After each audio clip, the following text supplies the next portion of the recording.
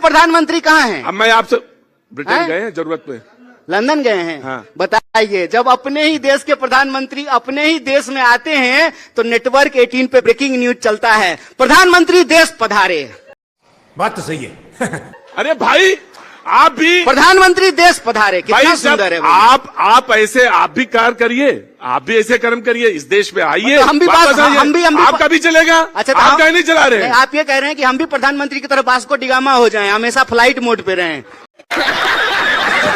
घूमते रहें, भागते रहें, जब भी पार्लियामेंट चले, सेशन में जब भी सवाल पूछा जाए तो भाग जाएं। इसीलिए हमने कहा कि प्रधानमंत्री जी जो है एक नया शब्द चलन में लेकर के आए हैं और ये इनकी पुरानी आदत है। अगर भगोरागिरी समझते हैं, भगोरागिरी अगर खेल होता तो साहेब वर्ल्ड चैंपियन होते, मैं ये कहना चाहता हूं। अच्छा, आपके राहुल जी तो कहीं जाते नहीं है? जाते हैं। कहाँ जाते हैं, नाम बताइए। तो राहुल जी प्रधानमंत्री हैं। राहुल जी को प्रधानमंत्री बना दीजिए। तुम वो जो है पार्लियामेंट में खड़ा होकर के देश के सवालों का जवाब देंगे। ये होता है दोहरा बात। किसका? कि मुझे भी बोलने का हक है। अपने दिल से पूछिए, पराये दिल का हाल, जाको रही भावना जैसी प्रभु मूरत देखाई तीन मैं आपसे बात कर रहे हैं। आपसे कुछ नहीं कह रहा। आप बैठ जाइए। मैं बैठ जाऊंगा। आप बैठ जाइए। मैं बहुत स्वतंत्र, आप ऐसे मत कीजिए। मैं बहुत स्वतंत्र, मैं बैठ जाऊँ। मैं आपसे कह रहा हूँ, आपको कुछ नहीं करना। अरे आपके पास सरकार की ताकत है, आप बैठिए। आप बैठिए। 4 मिनट 4 सेकंड बचा। मैं आपसे एक सवाल पूछता हूं। मैं ये प्रोग्राम अभी तुरंत खत्म हो जाएगा, आप मुझे बता दीजिए क्या कि राहुल जी कौन कौन देश में जाते हैं। सवाल खत्म, सेशन खत्म। राहुल जी देश के नेता प्रतिपक्ष हैं, वो तो पासपोर्ट लेके ही जाते होंगे। तो प्रधानमंत्री मोदी जी ऐसे ही चले जाते हैं। सुनने दीजिए ना। अरे अच्छा, तो देश में अभी सेशन चल रहा है, सेशन में प्रधानमंत्री को विपक्ष के सवालों का जवाब देना चाहिए। तो प्रधानमंत्री जो है देश का सेशन छोड़ करके लंदन का ब्रिज देखने। और मैं बता दूं, नियम ये कहता है कि कंसर्न मिनिस्टर जवाब देगा। पार्लियामेंट्री अफेयर्स जो जानते हैं वो जानते हैं। अच्छा, कंसर्न मिनिस्टर जवाब देगा। अच्छा पहले सुनिए ना। हाँ तो सुने तो नहीं, और कुछ। अरे आप खड़ा मत होइए, आप गोदी में बैठे हुए हैं, आप खड़ा मत होइए। खड़ा होना दिक्कत, आप गोदी में बैठे हुए हैं। क्या दिक्कत है? आप बोलिए। आप आपके पास सरकार की ताकत है, ऐसे मत कीजिए। आपके पास सरकार की ताकत है, बैठिए। आप बहुत ताकतवर हैं, बैठिए। गोदी में बैठे रहिए। मैं ये कह रहा हूं कि प्रधानमंत्री कहते हैं कि प्रधानमंत्री का जवाब देने का काम नहीं है, कंसर्न मिनिस्टर जवाब देगा। तो प्रधानमंत्री का काम सिर्फ और सिर्फ संडे को मन की बात करना और सेल्फी खिंचाना है और वास्को डिगामा की तरह दुनिया घूमना है। देश में अच्छा क्या होता है? किसकी सरकार? बोलिए, किसकी सरकार? बोलिए ना जी, किसकी सरकार?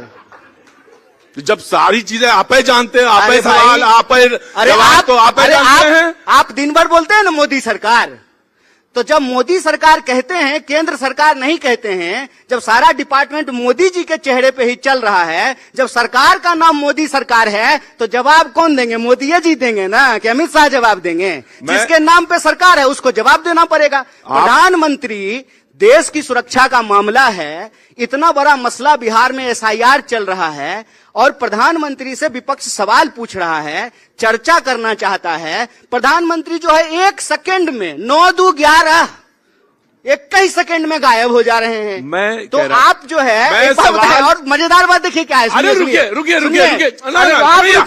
आप रुकिए, आप बहुत दिन से रुके हुए हैं, चालू हो जाइए। मजेदार बात यह है कि जब ये विपक्ष ये सवाल पूछ रहा है तो भाजपा प्रवक्ता की जरूरत नहीं है, एंकर ही उसको डिफेंड किए जाए। आप बोलिए। और ये बिल्कुल वैसे ही जैसे संविधान। आप बोलिए। आप बोलिए। अब मैं बोलता हूं। अच्छा, वो सब ठीक है, प्रश्न। अरे मैं कह रहा हूं कि अगर ये जवाब दे के चले जाएं 2 चीज का, कि कर्नाटक में, हिमाचल में, और दूसरा सवाल का जवाब ये था इनसे, ये कम कर दें टैक्सेस वहां पे। नहीं, मैं सवाल ये कह रहा था कि 2014 में प्रधानमंत्री ने कहा, अच्छा एक बात, महंगाई। अच्छा सुनिए, महंगाई हिमाचल में OPS लागू हुआ है कि नहीं हुआ है? हाँ, खास करके भाजपा चंद्रमा बोलने बताइए। ये बताइएगा, OPS लागू हुआ ना? भारत जो है चंद्रमा पे पहुंच गया कि नहीं? पहुंच गया ना, तो आप ऐसे सवाल का जवाब देंगे तो क्या फायदा? अच्छा, ओपीएस लागू नहीं हुआ? तो ओपीएस लागू हो गया। आप एक सवाल पूछिए, भाजपा के कौन से राज्य में ओपीएस लागू हुआ है बता दीजिए। बिहार में कितने जिले हैं? क्या हुआ इसका? कितने जिले हैं? 38। पक्का? आपसे ज्यादा जानते हैं। अरे बहुत धन्यवाद। आप इतना घूमे हैं कन्हैया जितना आपको बताया। 2019 अरे आप में तो मिला था। पर्सनल हो रहे हैं महाराज, हमसे रिश्तेदारी करनी है क्या आपको? पर्सनल काहे हो रहे हैं? 2019 में मैं मिला, बेगूसराय में थे। 29 में? 29 अभी आया भी नहीं है, गड़बड़ा रहे हैं महाराज। 19 में मिले। 19 में ही बोला। 19 बोला, ध्यान से, बहुत संयम होके। नहीं, देश की मीडिया का जुबान लड़खड़ाना नहीं चाहिए, हम यही संयत होके 2019 में मिला जी। और ये गांव में घूम रहे थे, प्रचार कर रहे थे, मंदिर से निकल रहे थे। तो मैंने कहा सीपीआई से लड़ रहे हैं, मंदिर से निकल रहे। तो उन्होंने बहुत अच्छा जवाब दिया। बोले कुछ काम जो है जनता के लिए भी करने पड़ते हैं, जनता की भावनाओं के लिए करने था। मेरा मानना ना मानना कुछ और हो सकता है, लेकिन मैं मंदिर गया था। अच्छा जवाब दिया आपने, कोई बुराई नहीं है उसमें। लेकिन सवाल यह है कि बिहार में क्या होगा, ये मैं जानना चाहता हूं आपसे। वो बिहार का मुद्दा था, तो बिहार में सरकार किसकी बन रही है? सबई गड़बड़ा गया आपको सरकार का डिफेंड करने में, बिहार का नंबर ही नहीं आ पाया। चलिए आपने पूछा है, मैं कोई पूछना चाहता हूं, मैं बता। प्रशांत जी तो आपकी बहुत प्रतिभाशाली बताते हैं। नहीं, बहुत धन्यवाद, सबसे ज्यादा प्रतिभाशाली आदमी बताते हैं। मुझे प्रशांत जी ने अपना जो है समर्थन दिया है, उसके लिए उनका धन्यवाद। और प्रशांत जी को कल हम लाठी खाते हुए देखे तो उनको हम विशेष रूप से बधाई देते हैं। वो कहते थे कि धरना प्रदर्शन करने से कुछ नहीं होगा, लेकिन कल लाठी खा रहे थे, तो ये जो उन्होंने दिखाया है इसके लिए उनको विशेष रूप से धन्यवाद देना चाहते हैं। दूसरा, आपने कहा कि बिहार में क्या होगा। देखिए, बिहार में इस बार बदलाव होगा। और बदलाव क्यों होगा? क्योंकि बिहार के लोग पलायन से मजबूर हैं। बिहार में स्वास्थ्य व्यवस्था की हालत खराब है, शिक्षा व्यवस्था की हालत खराब है। आज भी 3 साल में लोगों को डिग्री नहीं मिलती है, 5 साल में डिग्री मिलती है। बिहार की कानून व्यवस्था को देख लीजिए। आज पटना की सड़कों पर बिहार के विद्यार्थी जो अच्छी शिक्षा व्यवस्था चाहते हैं, नौकरी चाहते हैं, उनके ऊपर लाठियां चलाई गई। उसी वक्त बिहार के आम लोगों के ऊपर अपराधी जो है गोली चला रहा है। मसला यह है कि बिहार में लाठी गोली की सरकार है। जो रोजगार मांगते हैं उनको लाठी मिलती है, और रोजगार मिला है इस गुंडा राज में तो सिर्फ और सिर्फ गुंडों को रोजगार मिला है जो गोलियां चलाते हैं। ठीक, तो लाठी चल रही है, गोली चल रही है। इस बार लाठी गोली की सरकार को बदल करके पलायन को रोक करके बदलाव करेंगे। और देखिए पलायन क्यों मैंने नहीं रोका, मैंने नहीं रोका। एक बात बता देते मैं ले लूंगा आपसे।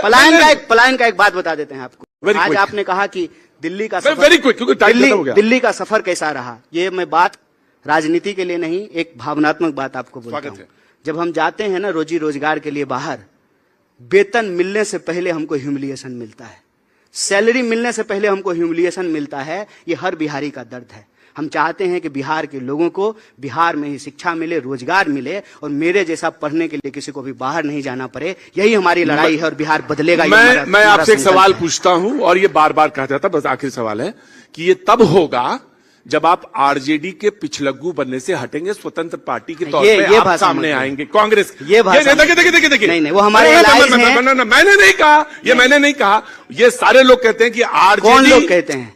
प्रशांत जी कह रहे हैं। अरे तो प्रशांत जी मेरे तो कह रहे थे मैं लाठी बनना, तो आपको कह रहे हैं ना। प्रशांत जी कांग्रेस पार्टी के स्पोक्स पर्सन नहीं है। मैं उनको बधाई देता हूं, उनकी पार्टी है, संघर्ष कर रही है, लेकिन कांग्रेस पार्टी का स्पोक्स पर्सन प्रशांत जी नहीं है। और आरजेडी हमारा एलआई है, इंडिया ब्लॉक का हिस्सा है। इसीलिए इस तरह की अपमानजनक भाषा का इस्तेमाल एक पार्टी के लिए, आप किसी भी संवैधानिक संस्था को कुछ भी बोल सकते हैं। कहां हम किसी को पिछलग्गू बोले हैं? नहीं, आपने जो बोला इलेक्शन कमीशन को, तो आप बोल सकते हैं। क्या बोले? ऐसी तैसी, वो ऐसी तैसी